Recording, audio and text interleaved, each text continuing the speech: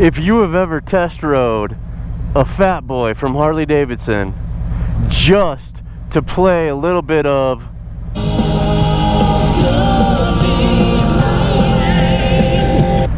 Ride It Like You Stole It and drop it back off just so you can live out some little Terminator 2 fantasy, you're probably in the right place.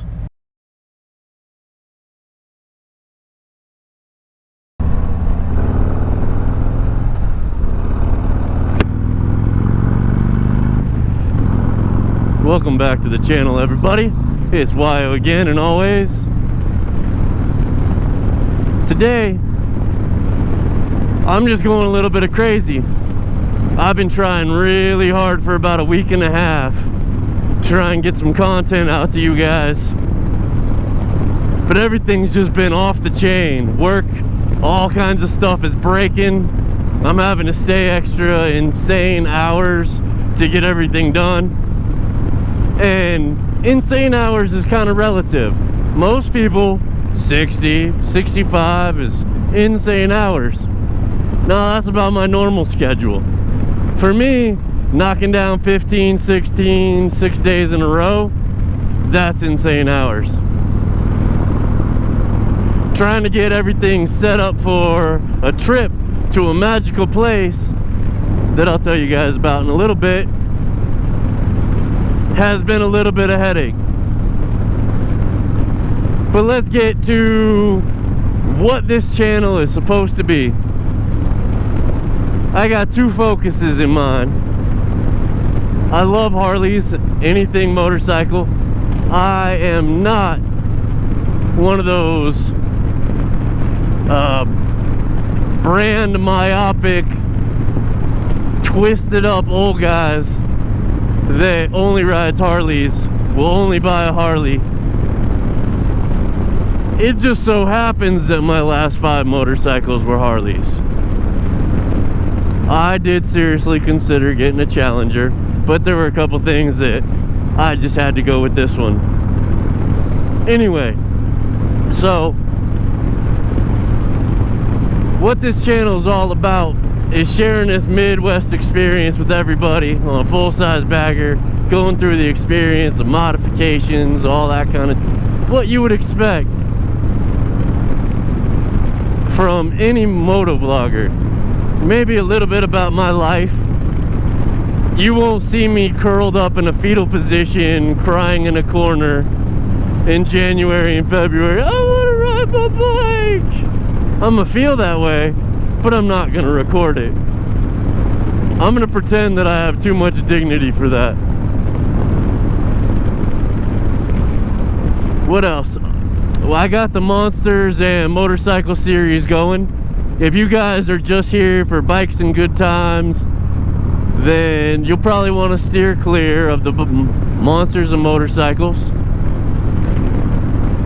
because that's a series of videos specializing in veterans and first responders that are dealing with post-traumatic stress issues, and me trying to talk about my crazy life and my experiences and how what messed up my mind is to get everybody else maybe a little more comfortable, you know, maybe get some help. So if that's boring to you, you don't want anything to do with that psychological mess, anytime you see a Monsters and Motorcycles, just skip over it. There will be no hurt feelings on my end, I promise you.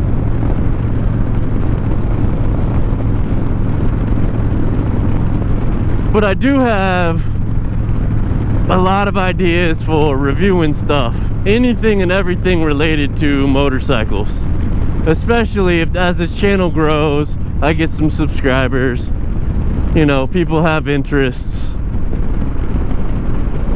But I wanted to kind of make some promises to you guys, my first subscribers, and to people that come along later, that no matter how big this channel gets, I will never be a sellout.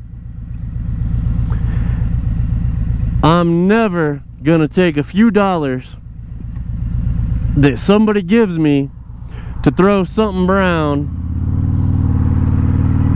on a piece of baker's paper and try to convince you that it's a chocolate eclair when clearly it was just somebody dropped a turd on a piece of baker's paper. And I'm not gonna put on a baker's apron and a hat and smile real good, put a little flour all over me just to kind of finish off the sale. That's just not who I am. You know, I grew up in the South. Just about everybody that came before me was Army or Navy. Where we come from, your word and a handshake means everything. Integrity is everything. You know, when you're gone, the only thing that'll be left of you are the memories of the people who are still there. What kind of memories you want to leave behind? You know, you want somebody up there standing in front of a bunch of pews talking about, well, there's a few good things, or you want somebody standing up there that's like, man, Wyo, his words were truth. If he made you a promise, a natural disaster or his own death was the only thing that's gonna stop him from making that promise come true. And that's just me. So here's my little list of promises. If this channel grows to the point that I'm a paid partner, every penny that I make from that is gonna go directly into bike modifications and picking up parts, you know, clothing, accessories, all that kind of stuff that I can review and send out to you guys. And I'm gonna have a scale of 3 things: gold, copper, and sludge. If I buy something and it's gold, I'm gonna let you know about it and I'm gonna keep it. If it's copper, that probably means that it's a real good product, but it's just there's something about it that isn't my style or doesn't work for my bike or my particular build. I'm gonna do a giveaway, ship it out, all on the dime of you guys watching some advertisements. And if it's sludge, I'm not even gonna ship that to somebody. That's going right in the trash. If I can smack it with a hammer and destroy it on a video and then throw it in the trash, I'll probably do that. And if I grow to the size that review sucks, I'm gonna email you and tell you, hey man, I can't say very good things about your product, so I'm gonna go ahead and ship this back to you. That's just the way it is. And the only things I'm gonna review gotta be somehow motorcycle related. Nobody's gonna send me $100 to review some crappy metal wallet that everybody else on the planet seems to be reviewing, you know, the last year, unless I can figure out somehow, you know, this works better for my motorcycle adventures than my current wallet does. Then I'll review it.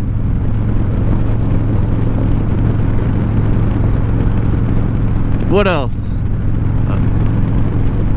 Grown but not forgotten. You know?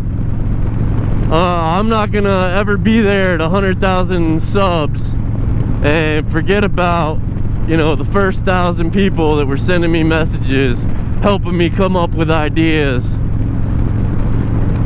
I don't know about you guys, but I've been watching motovlogs for a long time, and I've watched a handful of motovloggers that I respected, that I really enjoyed their content, enjoyed their reviews, and just slowly I watched them sell out, become somebody different, not interact with their subscribers anymore. It was just heart, heart, heart, heart, heart, heart, heart. Oh, that sounds great. Heart, heart, heart. I'm just not gonna be that guy. I want a community, not 100,000 people to watch me do a Ruroc review where I tell you all the good things and then I kind of hint around to the bad things and then say, yeah, buy a Rock. Not gonna happen here. So, mad respect to people like Doodle on a Motorcycle, the Infinite Rider, Traveling Tall, John's Moto Garage, and the other motovloggers who've just kept it real. Their integrity just means too much to them. I appreciate those people and I'm still subscribed. The others, my time's limited. I'm gonna watch the people that keep it real, do the adventures that I like to watch, and are gonna give me reviews that I can trust and respect. So, back to the other reason that I've been so busy this week besides my crazy work schedule. As most of you probably know, it's Sturgis. And if you know, Southeast Wyoming ain't that far away from Sturgis. I had plans to ride with some friends and stay together in a Airbnb, but some things went a little crazy and messed up with that. Everybody had to find separate lodging. So with the chaos at work and having to find separate lodging anyway, I'm just gonna run out there for the weekend. The good news about that is I'm on my lonesome. So I am gonna take the twisties and I'm gonna record the whole thing. Show all of you what you are missing in this here world of the mountains in the Midwest.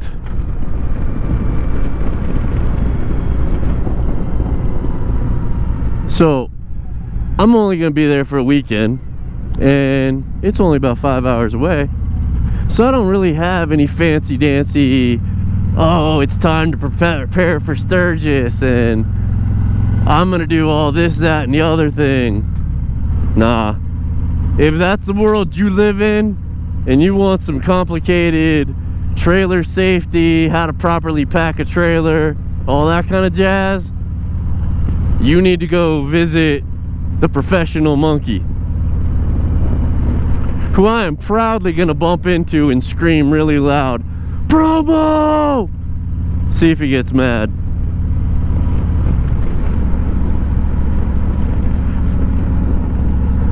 So yeah, I'm just gonna do what the cool kids do, and I am gonna stuff one saddlebag as crammed as I can get it, and then I'm gonna split everything in half.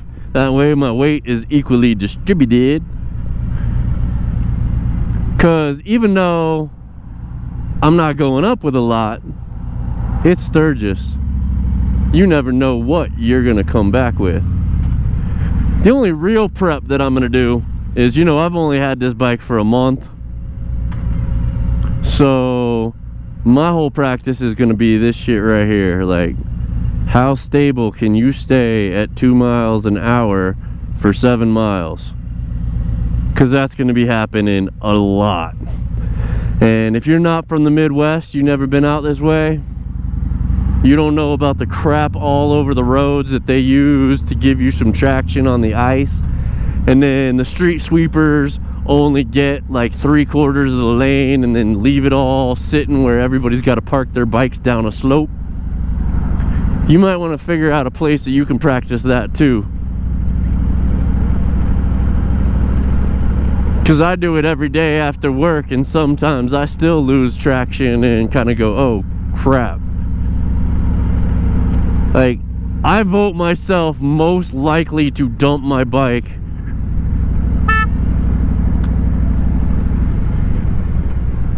while trying to park.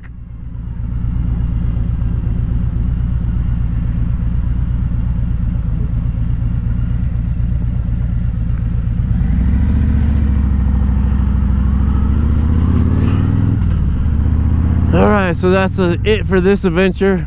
It's gonna be a crazy one.